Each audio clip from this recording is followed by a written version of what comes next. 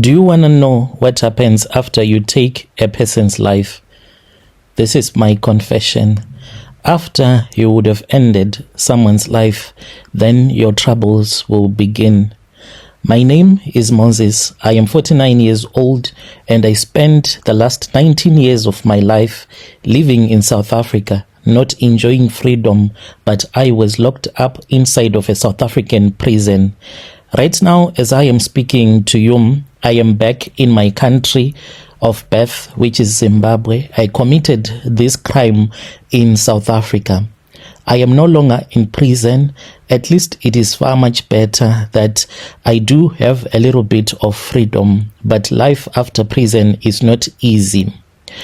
There is something that I want other people to understand. If it ever happens that you get caught up in a cycle of violence in your marriage, you might stay, you might want to leave, you might be in a toxic relationship, but once you pick something up and then you end the life of the person that you have been fighting with, that is when you see that life is very difficult. Sometimes a person can leave prison, but prison does not completely leave that person. These are the things that happened to me many years ago, and in my mind, the memories, they are still there as if it happened yesterday. That is why I have decided to share with you my story. I specifically want to speak to men who have problems with their wives or girlfriends, or a woman who is lying to her partner that the child that she had with another man, a boyfriend or an ex-baby daddy, and then you lie to your partner, your current partner, and then you lie to them and you tell them that the child is theirs. It is very risky because people, we do react in a different way. Someone might react violently after they would have discovered that this woman, she has been lying to me that the child is mine, but she had this child with another man. So women, you need to be very careful when it comes to the things of lying and cheating in relationships. If you are in that kind of a situation where your wife or your girlfriend is cheating on you, I want to speak to that person today before you decide to deal with your girlfriend, with your boyfriend in a violent way. My brother, walk away. My brother, just walk away from that woman. My sister, also walk away. You might think that walking away makes you weak, especially after you would have spent a lot of money on that woman or on that man and you want to hurt them big time. You think that people will laugh at you because you are stupid, they used you and then they dumped you. You might think that other men will say that you are not man enough because your woman cheated on you. Let them laugh, because those people will not follow you wherever you are going if you let your anger destroy the life of another person. I learned that lesson, but it was already too late. Let me start from the beginning. I went to South Africa when I was still a young man. Like many of my countrymen during those years, I was looking for work. I did not have qualifications that could give me an office job. So once I found myself in South Africa, I could only be employed in the farming industry, and I got a job and I started to work in the farms. And this farm, like, it was in the middle of the bushes. There were no villages that were really close to that farm. You had to travel for about 2 hours or more with a car to get to the next village. Some farms that were close to the farm where I used to work and stay, the farm owners, they had built accommodation for their workers, but most of us who were working on these farms that were still starting up, we could not be given accommodation. The reason we don't know. We used to stay in the bushes, and in the morning you come to work. The boss that we were working for, he had made it clear that he does not want people to stay at his farm, saying that if people start to stay at his farm, it will bring a lot of noise and a lot of confusion. So he said, anyone that wants to work at my farm, they can work, but I do not want people to stay at my farm. So it was really difficult for you to get a room close by, because all the other farmers, they only housed their workers only. So in time, they were people that started to get some rooms in the villages that were close to that farm, but it was still like 2 hours in order for you to travel from the village going to the farm. So you still had to get a truck or a car that would carry you back and forth from work, but still people, they started to stay in the villages. And I also got a room in the village. So these trucks, they would come and pick us up at work at night after we would have knocked off, and the next morning they would also pick us up. That is when I met my wife. And when I met him, she was already staying in that village, and she relied on some piece jobs. She would move from house to house asking for people who had their laundry that wanted to be washed, and she would also do the piece jobs of weeding the gardens, and a lot of people, they relied on him. So me and her, when we moved in together, she was the one who said to me that she wanted us to put all of our money on the table. And if I had my own money, I was supposed to give her my money that I would have came from work with, and she, as a woman, she was the one that will do the proper planning for the room as well as the food, and to send money back to our country. The problem started after we started to put all of our money together. The problem was that she was the breadwinner in her family, and since she was the breadwinner, her family expected money from her. Each and every month they wanted money, and if it happened that we did not send money, her mother will get angry at me. And I did not mind sending money to her parents, but the way that they did it without respect, demanding money from her, saying that ever since she had started to stay with a man, that man was the one that was causing her not to send money back to them in time. So if my mother would ask her and say that, can you please send us some money, she will get angry, and that is when we started to fight. We would fight almost on a daily basis. And men, if you are working and your wife is working, do not rely on her salary, because once you start to do that, then that woman, she will stop seeing you as if you are a man. That is exactly what was happening in my marriage at that time. She stopped seeing me as a man. She saw me as someone that was just like a bill partner of hers. She started mistreating me, and things became so worse after our boss had bought some cows, and he wanted us to be at the farm at all the times. You know, at the farm, sometimes you can work and you don't even know when you are supposed to be on your off days. So you could work from Sunday to Sunday, and you do not get paid for it. You are just working and you are assisting the boss.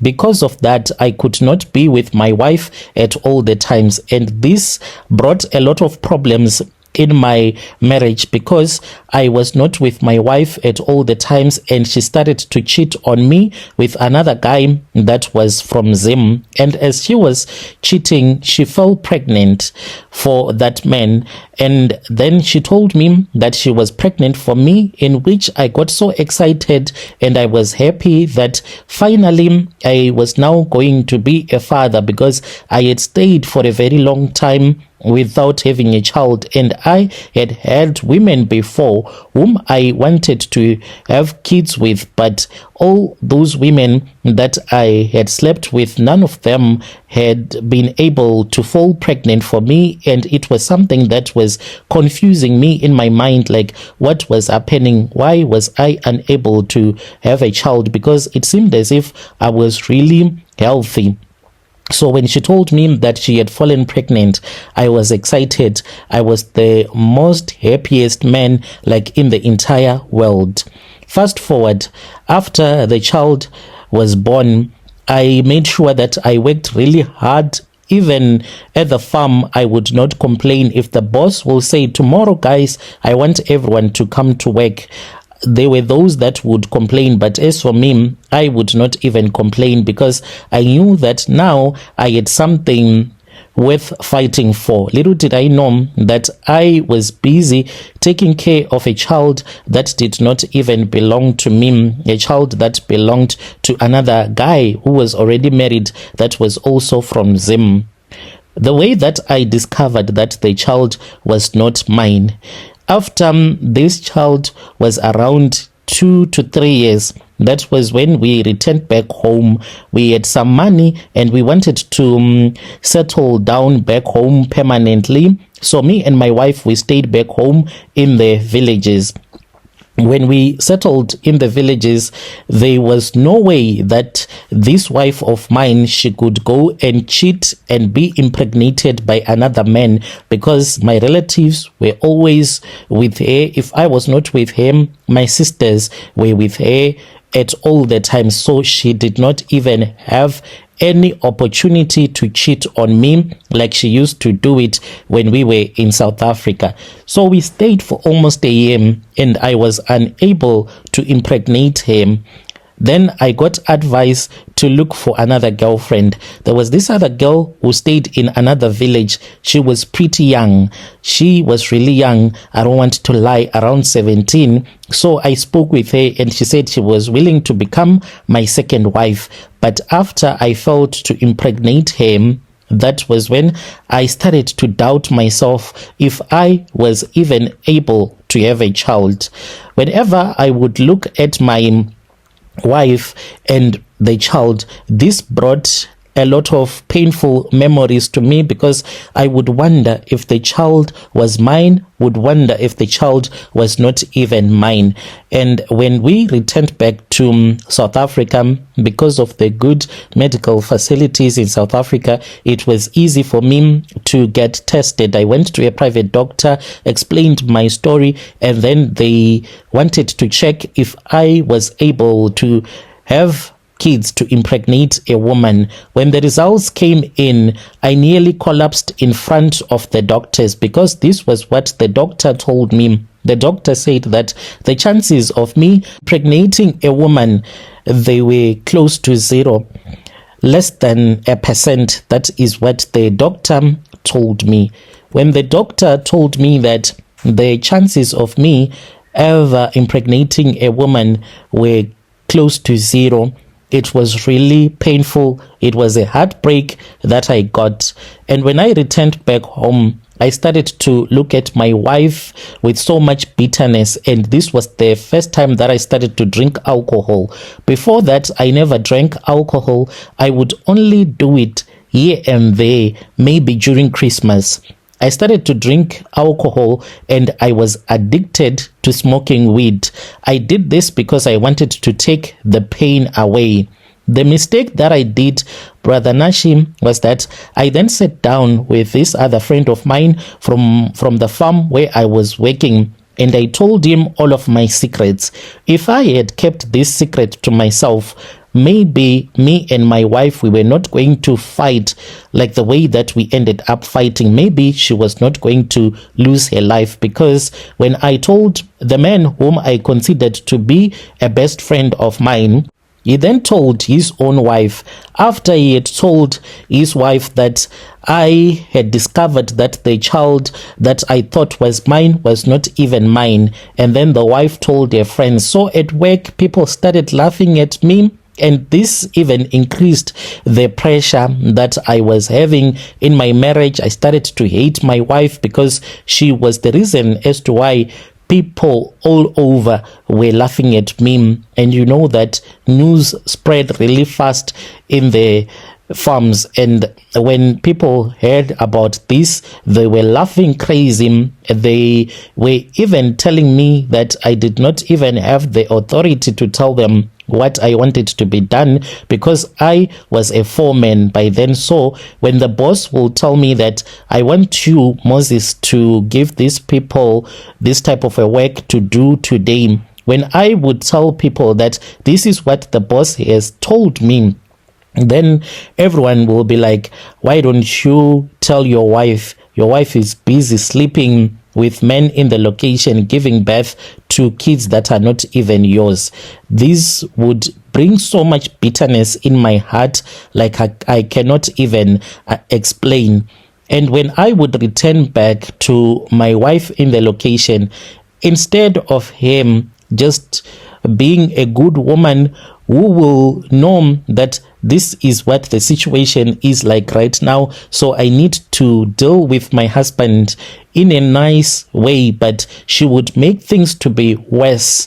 When I would talk to him, she would disrespect me. She would show that she does not care about me. And the day when I ended up taking her life by mistake, what happened was that we had been fighting, and as we were fighting, I then went out and I just wanted to drink some beer. I was drinking alcohol and I was smoking some weed. And when I returned back to the room where we were staying, I found her. She was waiting for me and she was angry with me. We started to fight, and she had told me never to mention the name of the man that had impregnated him, because I did not deserve to even mention his name, because I was not man enough. So this was really painful for a woman whom you consider to be your own wife, and then this woman ends up telling you things like that you are not supposed to mention the name of the man that I cheated with, because as for you, you are not even man enough. So it was painful. We started to fight. As we were fighting, she then rushed to grab the knife. When she rushed to grab the knife, and as I tried to run away, she followed me. We were fighting by the door, and then we tripped, and both of us, we fell down. And she was the one that was on the bottom, and I was on top of her. The people in the community, they had even came to see what was happening, but they were tired because of us, because they knew that we would always fight. It reached a point whereby people did not even care whether we killed each other or not, because they were like, why don't you just break up? But we were fighting over the small things like your TVs, the bed, and the money that was with my boss. We were fighting for that money, me and my late wife. So both of us, we tripped and we fell down, and I fell on top of her. We're both fighting for the knife. I do not know if she wanted to kill me for real, like what she was saying, or she just wanted me to be afraid of her. Since we were fighting like that, you know, in that moment of madness, that was when I discovered that the knife that we had been fighting for, it was now stuck in her stomach. And she looked at me and she started to struggle to breathe. And those people that were watching us as we were fighting, the moment that my late wife stopped breathing, that was when they said, he has killed his wife. Someone please call the police. That was the beginning of my problems. I could not even run away as I watched my wife as her soul was leaving her body. I just sat down, and then they called the police. The police came with the van, and then they collected me and they took me to the police station. When I arrived at the police station, they processed me, and then they put me into the holding cells, and I was taken to court where I was sentenced, and I stayed in the prison for 19 years. I can say that when I was in prison, it was a little bit better because I had other people that I could talk to. But during the time when I was in the holding cells, waiting to go to court and for me to be sentenced, that was the most painful period of my life, because I would even see the ghost of my late wife. I would see her standing looking at me. I was depressed. I was afraid to go to sleep. Whenever it was dark, it would get so scary. I can't even explain it. And when I was now in prison, it was a little bit better because there were other people there who had committed other crimes, and we would talk, and during the day we would go out. They would allow us to exercise. Finally, I came out of prison, and immediately I was deported back to my country. Arriving back home, my relatives are afraid of me because I murdered someone. I'm now staying with my sister.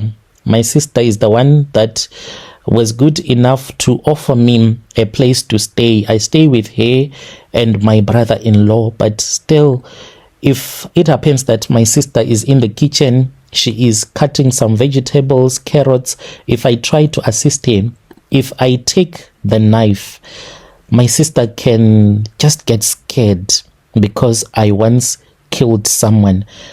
Even though I'm not going to do it again, but I see that people around me, they are not comfortable when they see me handling a knife, and people in general, they are afraid of me.